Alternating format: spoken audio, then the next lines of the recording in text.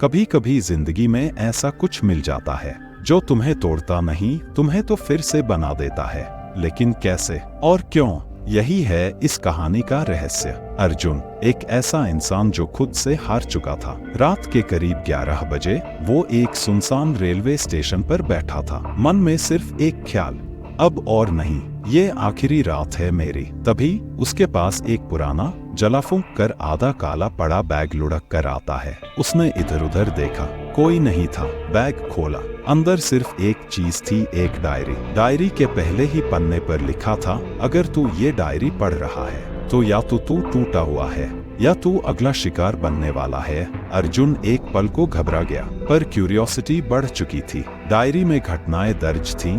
हर हफ्ते उसी स्टेशन पर कोई न कोई आत्महत्या करता था। हर पन्ना पढ़ते हुए अर्जुन डर और हैरानी से भरता जा रहा था। लेकिन सबसे चौंकाने वाली बात ये थी कि हर एक घटना में एक बैग और ये डायरी शामिल थी। डायरी के बीच के पन्नों में उन लोगों की लिस्ट थी, नाम, तारीख और स्टेशन का वही कोना जहां अर्जुन बैठा था। और आखिरी पन्ने पर एक अधूरा नाम लिखा था, शायद अर्जुन। उसका शरीर कांपने लगा। क्या कोई देख रहा था उसे? क्या ये डायरी किसी को आत्महत्या की ओर धकेल रही थी? अर्जुन ने तय किया, मैं इस डायरी को पुलिस के हवाले करूंगा। वो उठा, लेकिन जैसे ही प्लेटफॉर्म से बाहर निकला एक बूढ़ा चौकीदार बोला, ये डायरी? बेटा, इसे मैंने 6 साल से यहीं पड़े देखा है। हर साल कोई इसे उठाता है और फिर लौटकर कभी नहीं आता। अर्जुन अब डर गया था, लेकिन तभी उसने देखा, डायरी के कवर के अंदर एक गुप्त कोड था। वो कोड एक वेबसाइट का था। घर पहुंचकर उसने वो कोड खोला।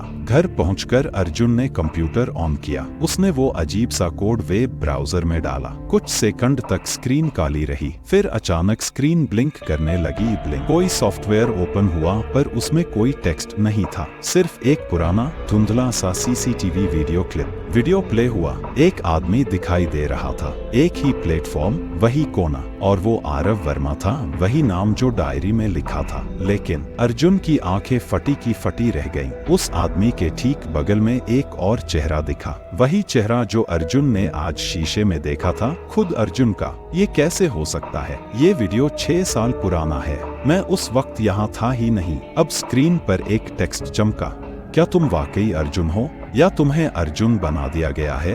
वो घबरा गया। वो जोर से चिल्लाया, ये मजाक है, कौन हो तुम?